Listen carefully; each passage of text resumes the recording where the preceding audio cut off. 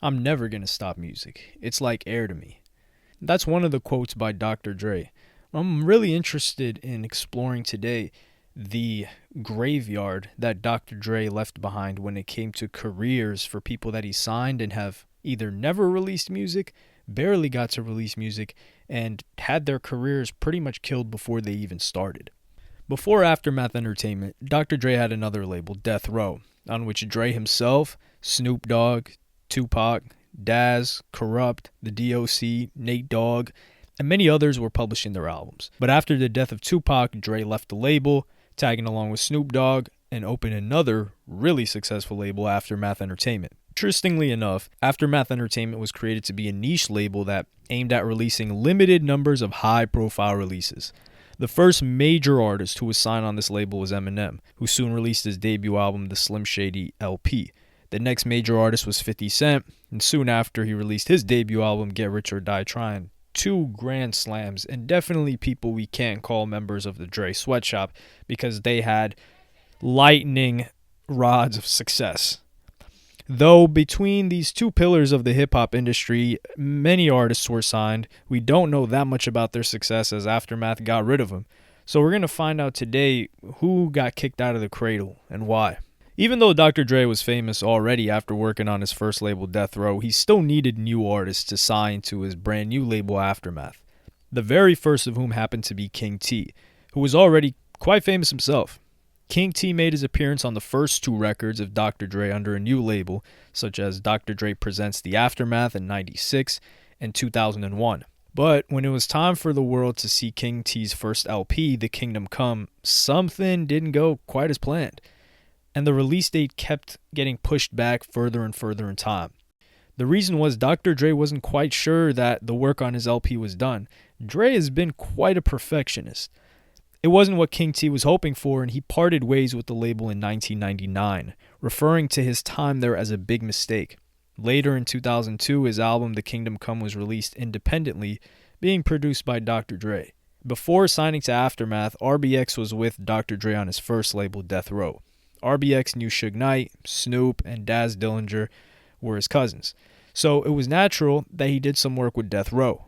When Dr. Dre was done with Death Row, RBX followed him to Aftermath and signed the deal in '96. He made his presence known in the Dr. Dre album, Dr. Dre Presents Aftermath, and released the song Blunt Time, but that was it.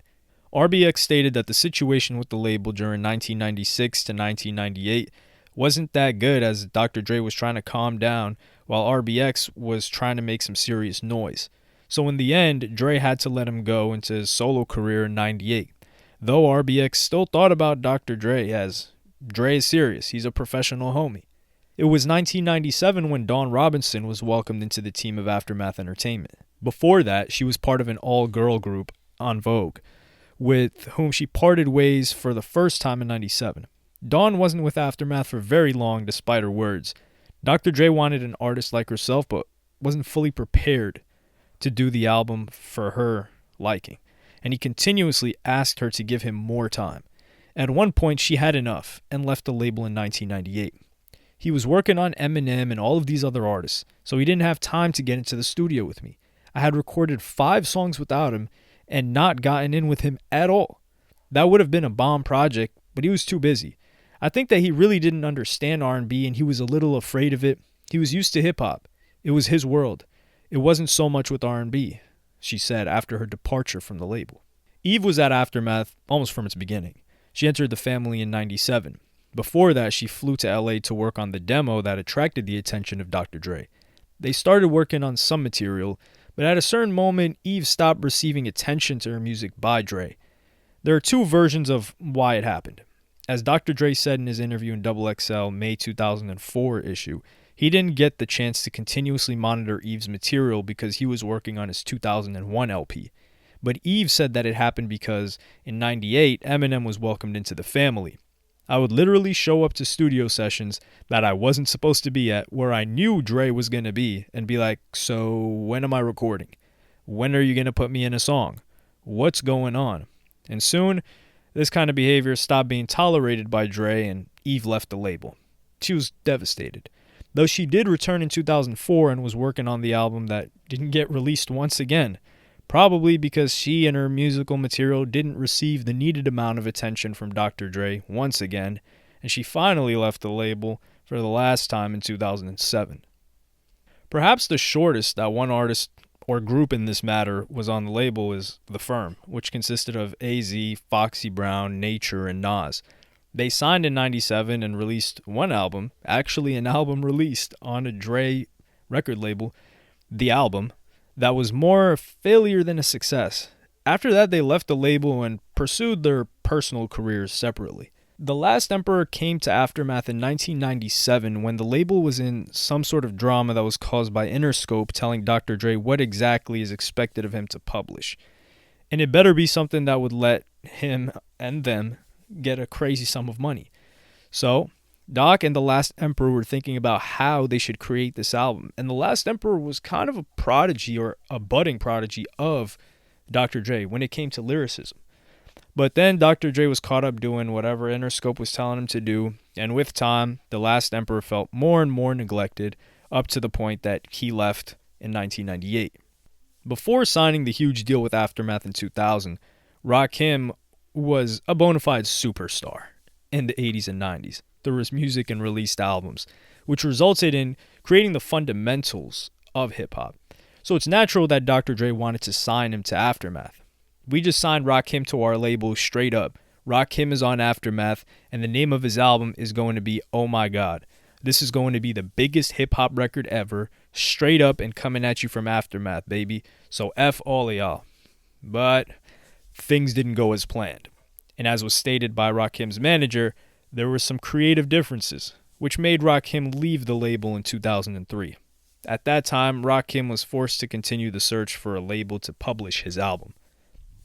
In 2000, Truth Hurts signed to Aftermath label and made several appearances in Busta Rhymes' Breaking Neck, Dr. Dre and Snoop Dogg's The Wash, and D12 Nasty Mind. In 2002, she released her first album, Truthfully Speaking, on which a lot of people with big names were working, such as Dr. Dre, Timbaland, DJ Quick, and High Tech. The track Addictive was in the top 10 hits, and also a matter of a huge scandal. And it was all because Lata Mangeshkar's song, this was an Indian song that I'm having a very difficult time promoting, was used in the chorus as a background. The price tag was $500 million, with the notion that the album could be released only when the proper credits to Mangeshkar were in place. It was enough for Truth to leave the label in 2003.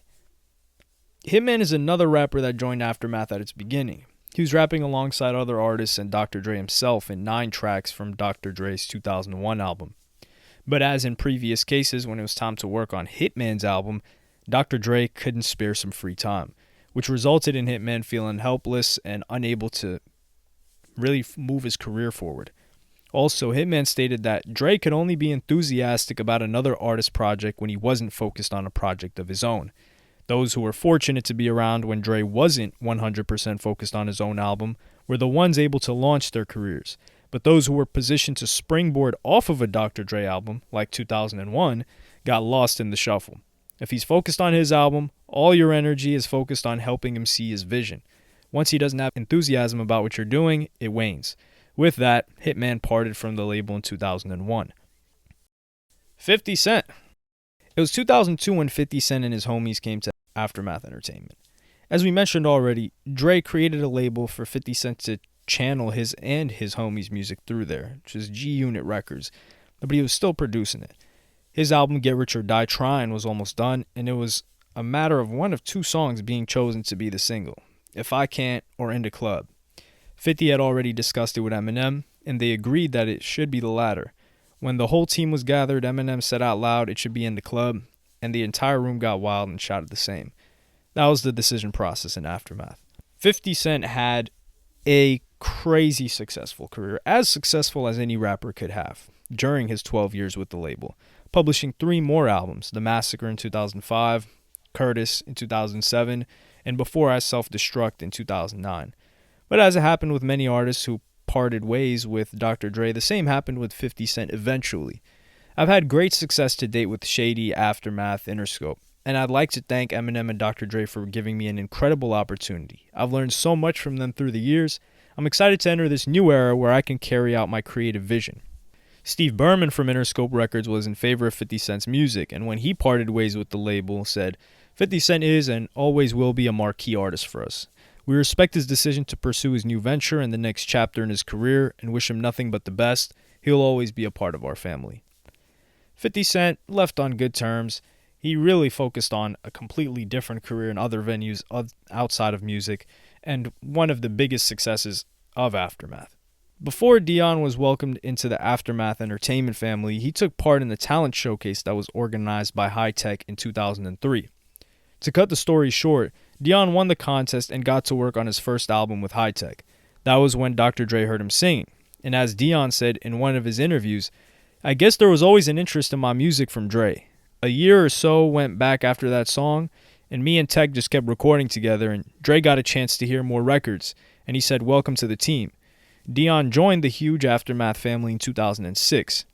This is a dream come true, said Dion. I'm ecstatic to be on Aftermath, and it's a blessing to work with legends such as Dre and High Tech. During his short 2-year tenure in Aftermath, Dion had an album in the works, but something was off and the release date never came. As Dion said, I think Dre was behind the project. It was just like I said, everything was not in line like it should have been. One day things were in motion, and it seemed like the next it was like, oh, things are just not working out. Consequently, this situation led to his eventual departure. In 2003, Dre signed The Game to his label, and The Game should have started working on his album Aftermath Presents Niggas with an Attitude Volume 1, which was going to be released in 2003. But at that time, 50 Cent was being signed to the label as well, and it screwed with The Game's plans quite a bit. Game was also kind of G-Unit, so he had to fall back in line while the star got the attention. 50 Cent didn't come alone, he had a whole crew. So, what did Dre do? He was forced to create a label for 50 and his crew, but they would be produced by Dre. This act alone pushed The Game further to release his album till he was signed to G-Unit, but it didn't help his cause that much, as 50 Cent was really loyal to the first guys he came up with, and their albums were in line first to be released.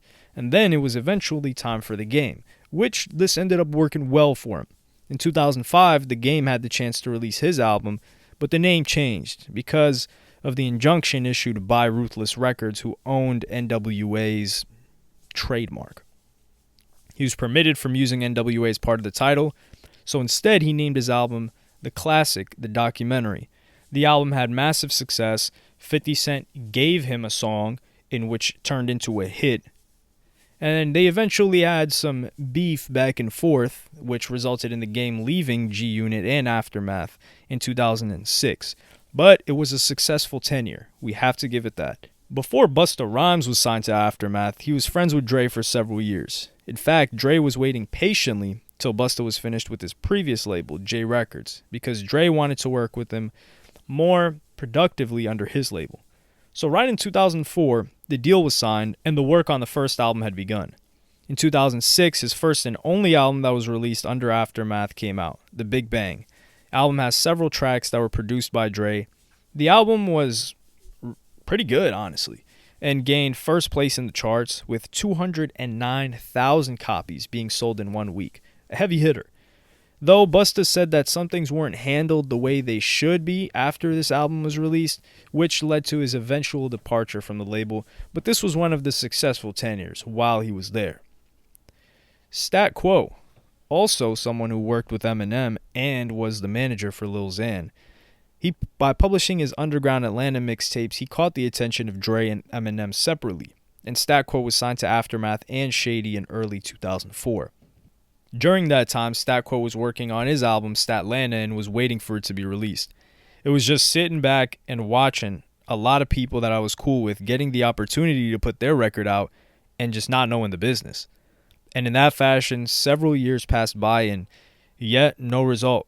So in 2008, he left the label and published his album only in 2010 when he pretty much had no buzz.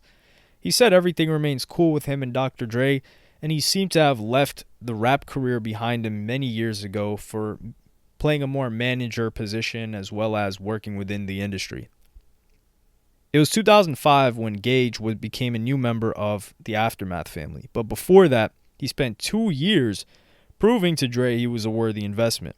And when it happened, it was obvious that he was over the moon and ready to do some heavy work. Aftermath is a dream team. Aftermath is La Onda, which is a wave that can't be stopped. The label stands tall. Aftermath definitely holds the title as the most powerful label of all times. The world is Aftermath. Well, to me, it's a privilege to be in the most respected family around and to be able to get the same opportunities as M, Game, Busta, Eve, Stat Quo, Bishop Lamont, and 50 Cent. It is an honor. So you already know I'm about to take this stuff to the moon. Gage was really looking forward to creating crack rap with the help of high tech, and he had expectations that working with Dre would make the lives of his family and friends better. He was granted permission from Dre in 2006 to launch his label AM/PM, wherever he started to work on his first album.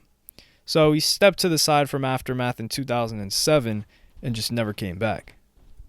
When questioned about why he left in a 2008 interview, he said the following: "They aren't worried about any artists over there. They're worried about one thing, Detox. I could tell things were going sour. I'm not going to sit around waiting. Would you?" Bishop Lamont signed off on the deal with Aftermath Entertainment in 2005. While he was under the label, Bishop Lamont had been working on over 700 songs, most of which were used as soundtracks in various video games, for example NBA Live 06 and Madden 07. When I was signed to Aftermath, the label was giving me the most difficulty with clearing songs for video games because they didn't understand the importance of video games, said Bishop. Despite his numerous tries, Dr. Dre and other managers didn't want to hear anything about the rising popularity of the video games industry and the crazy sums of money that it could bring, which have clearly come full circle since Dr. Dre did a 3-song pack exclusively for Grand Theft Auto. In addition to that, the label didn't provide a decent amount of support for his tracks. When his single Grow Up was released in 2008, nobody from the label really got behind it. Although Bishop is highlighted to be on Dr. Dre's album Detox, which never released, Dre expressed that Bishop and Eminem were two rappers who make it uneasy to work with because of Lamont's highly political and controversial lyrics. Despite all that, in 2010, Bishop left the label without releasing any albums at all, and he stated, "Dre is still my big bro, but after 5 years of just sitting there, it's kind of unfair to the fans and my family and myself that the release date has changed."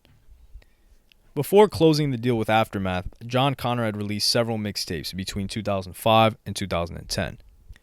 In 2011, he released an album, Salvation, that was praised by critics. Later that year, and in 2012, he released some mixtapes and ended up on tour with Exhibit, who got him to Dr. Dre. At the beginning of 2013, John was working on another album, Unconscious State, that had many featured artists, and only later that year that John Connor signed to Aftermath. In 2014, John released 2 more mixtapes, but no album under the label. And as many other artists felt neglected by Doc, John stated on his Instagram that he was waiting to get rid of the shackles of Aftermath and be independent again. In 2018, his wish came true, and he stated that he was planning to work on new music soon, but like many people that got locked in with Aftermath, we haven't seen or heard much from him since. In 2008, after a series of very unfortunate meetings with various labels who thought that his music was too heavy or unlikable, it was pure magic when Dre invited Joel Ortiz to fly to him. He flew me out, and it was the first breath of fresh air meeting. He was just like, "Yo, this is crazy. I want you here. This is crazy. I just want you to be a part of Aftermath. What do you say?" Like, hell yeah.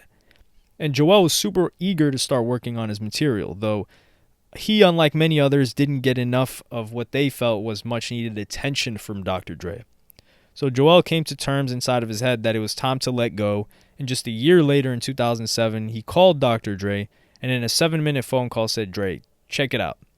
I don't think me waiting for Detox and then another M album and then me is what I'm looking for at the moment. If my window's open, I want to jump through. If it ain't like be now or around now, I want to tap out." And Dr. Dre really didn't want to let him go, but nevertheless, Joel Ortiz was able to get off the label. In 2011, Ortiz signed a group deal to a label run by Eminem and somewhat returned to Interscope under the umbrella of Shady with Slaughterhouse.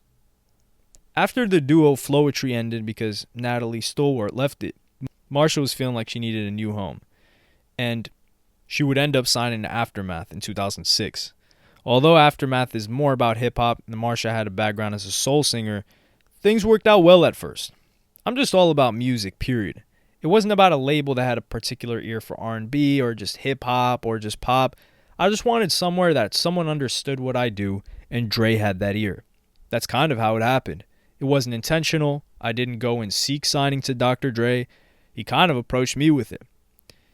While being at the label, Marsha had participated in multiple collaborations with other big names such as Busta Rhymes, The Game, and others. In 2007, she released a mixtape, Neo's Soul is Dead, that was inspired by a lot of discussions that she had due to her work under the Aftermath label. Some said that she wouldn't be able to continue her career in soul on that label because the music was all about hip-hop. And keep in mind, this is 2007. 50 Cent is really at a high. But despite all her efforts, Marsha didn't release an album under Aftermath and had to leave in 2009. She said still that she had learned a lot, which helped her to understand more about how she wanted to be portrayed and which goals to pursue afterward. Something odd happened with Raekwon and him signing the deal with Aftermath in 2006. Because as many official sources stated, the deal was signed, including Raekwon himself stating, still in his interview in 2009, he said that he really never got the chance to put his autograph there. Raekwon had an album at work at the time produced by Busta and Dr. Dre, only built for Cuban Links Part 2, the follow-up to his very well-known original album. But as time flew by, the album didn't see the light of day at Aftermath. So in 2008, he left the label and released the album through EMI in 2009. Antonio McLendon was a rising star from Connecticut when he signed off on the deal to have his music released under Aftermath in 2008. However, he was not truly a Dr. Dre prodigy, but had some afflictions with stat quo. Antonio had a unique and hypnotizing voice, which he successfully combined with hip-hop lyrics.